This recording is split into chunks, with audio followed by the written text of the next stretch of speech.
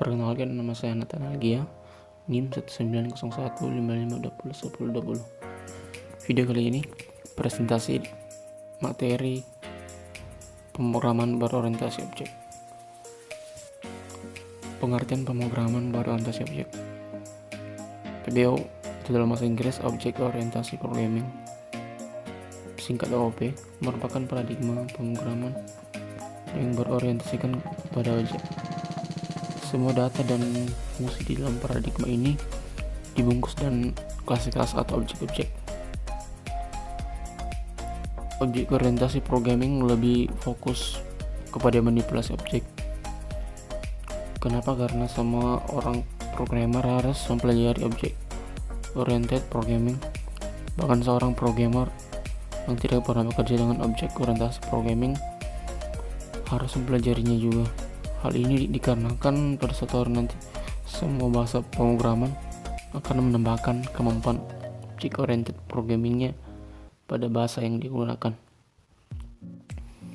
Kemudian konsep dasar pemrograman berorientasi objek. Ada 3 konsep dasar PBO, antara lain ada kelas, objek, dan atribut. Kelas dalam bahasa teoritis PBO, kelas merupakan kumpulan atas definisi data dan fungsi-fungsi dalam suatu unit untuk suatu tujuan tertentu. Contohnya kelas motor adalah suatu unit yang terdiri atas definisi-definisi data dan fungsi-fungsi yang menunjuk pada berbagai macam perilaku turunan dari motor tersebut. Dan sebuah kelas adalah dasar dari modul dan struktur dalam pemrograman berorientasi objek. Kemudian yang kedua ada objek. Pada dasarnya semua benda yang ada di dunia ini nyata dapat dianggap sebagai objek, misalnya rumah, mobil, sepeda, dan lain sebagainya. Analoginya, pemrograman berorientasi objek sama dengan penggambaran dari dunia nyata seperti contoh di atas. Dalam PBO, state disimpan pada variabel dan tingkah laku disimpan pada metode. Dalam bahasa teoritis PBO, objek berfungsi untuk membungkus data dan fungsi bersama menjadi satu unit dalam sebuah program komputer. Kemudian yang ketiga ada atribut, merupakan data yang dapat atau yang terdapat pada suatu objek di dalam kelas. Atribut mempunyai karakteristik yang membedakan objek yang satu dengan objek yang lainnya. Kemudian bahasa pemrograman yang mendukung PBO. Bahasa pemrograman yang mendukung PBO terdapat 9 bahasa pemrograman. Yang pertama ada bahasa C++. Bahasa C++ ini adalah bahasa pemrograman komputer yang dibuat oleh Bjarne Stroustrup, merupakan perkembangan dari bahasa C. Dikembangkan di Bell Labs pada awal tahun 1970-an. Kemudian Pascal adalah bahasa pemrograman yang pertama kali dibuat oleh Profesor Nicholas Wirth, seorang anggota International Federation of Information Processing pada tahun 1971. Kemudian ketiga ada Delphi. Bahasa ini adalah sebuah lingkungan pengembangan terpadu atau IDE untuk mengembangkan aplikasi konsol, desktop, web, ataupun perangkat mobile. Kemudian bahasa PAR adalah bahasa pemrograman untuk segala keperluan dan dikembangkan pertama kali oleh Larry Wall di mesin Unix. Kemudian ada Python.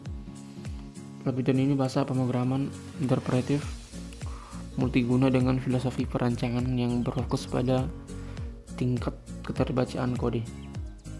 Kemudian ada bahasa C#, adalah bahasa pemrograman baru yang diciptakan Microsoft yang digunakan untuk para developer net untuk mengembangkan aplikasi dengan platform net. Kemudian Java. Bahasa Java adalah bahasa pemrograman yang dapat dijalankan di berbagai komputer, termasuk telepon genggam. Ke-8 PHP Kalau PHP ini adalah bahasa pemrograman yang banyak digunakan untuk membuat website dinamis.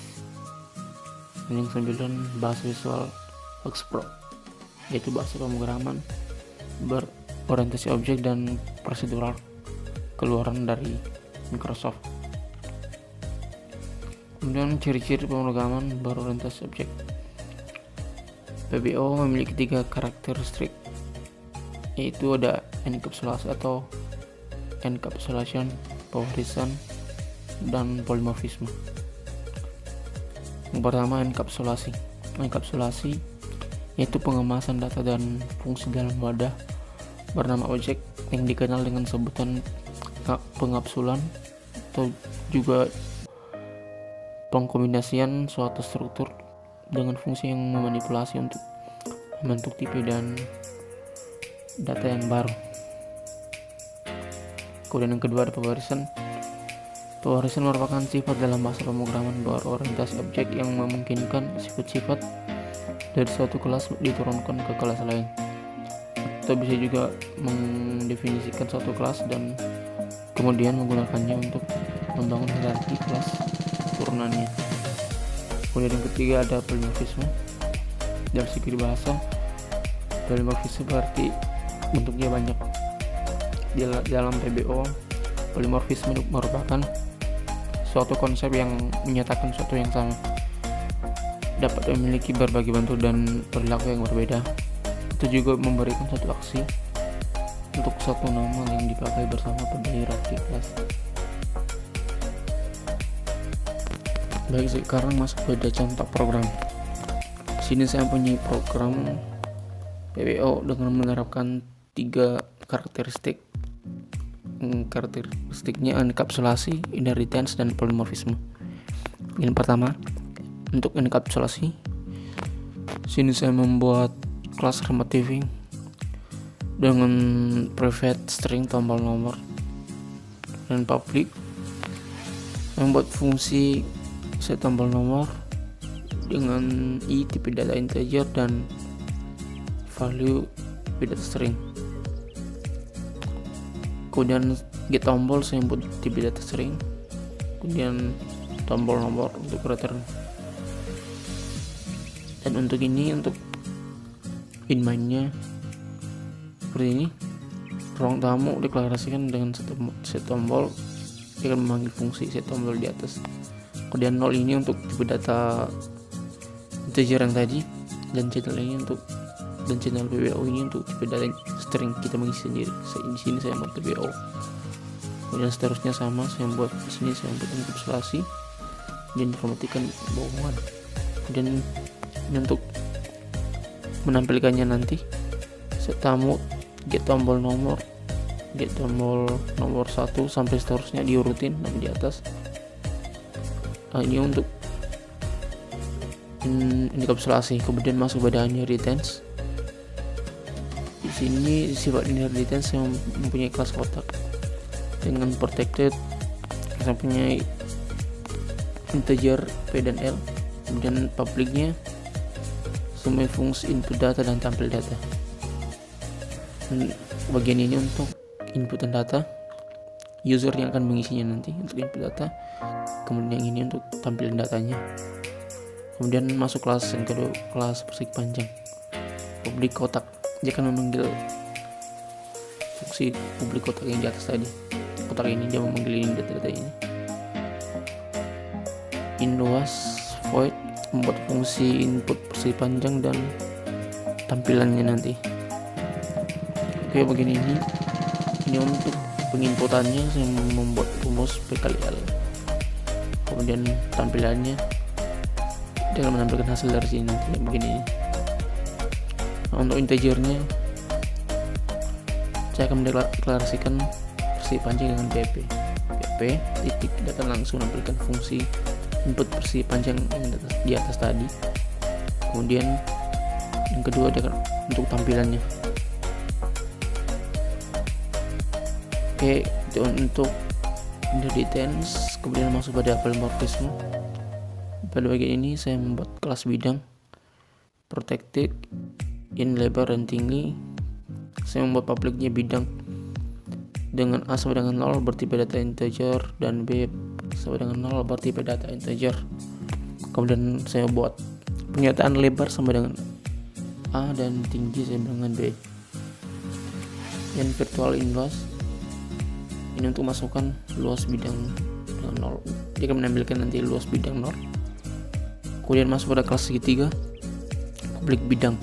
Dia akan memanggil fungsi-fungsi yang ada di dalam kelas bidang ini. Publik segitiga, A sama dengan 0 bertipe data integer, dan B sama dengan 0 bertipe data integer. Kemudian in, dan untuk integer pada bagian polimorfisme ini seperti ini, saya akan mendeklarasikannya bidang kali bidang. Ini segitiga deklarasikan 60 sama dengan 4, dan persegi dengan persegi 60,4. Kemudian bidang sama dengan segitiga, bidang luas, bidang persegi. Kemudian kita coba merunning hasilnya seperti ini. Nah, untuk enkapsulasi dia akan langsung menampilkan channel BO, enkapsulasi, normatika, dan lain. Karena kita sudah langsung mengunci yang tadi. Kemudian untuk pewarisan, ketahui kita input panjang, nah, lebar 8, hasilnya luar persegi panjang 8. Dalam polimorfisme dia langsung menghitung luas segitiganya dari hasil data pewarisan di atas ini. Luas segitiganya 120 dan luas perseginya 220. Baik, sekian video presentasi dari materi PBO yang saya buat ini. Semoga materi ini dapat bermanfaat. Kurang lebih saya ucapkan terima kasih.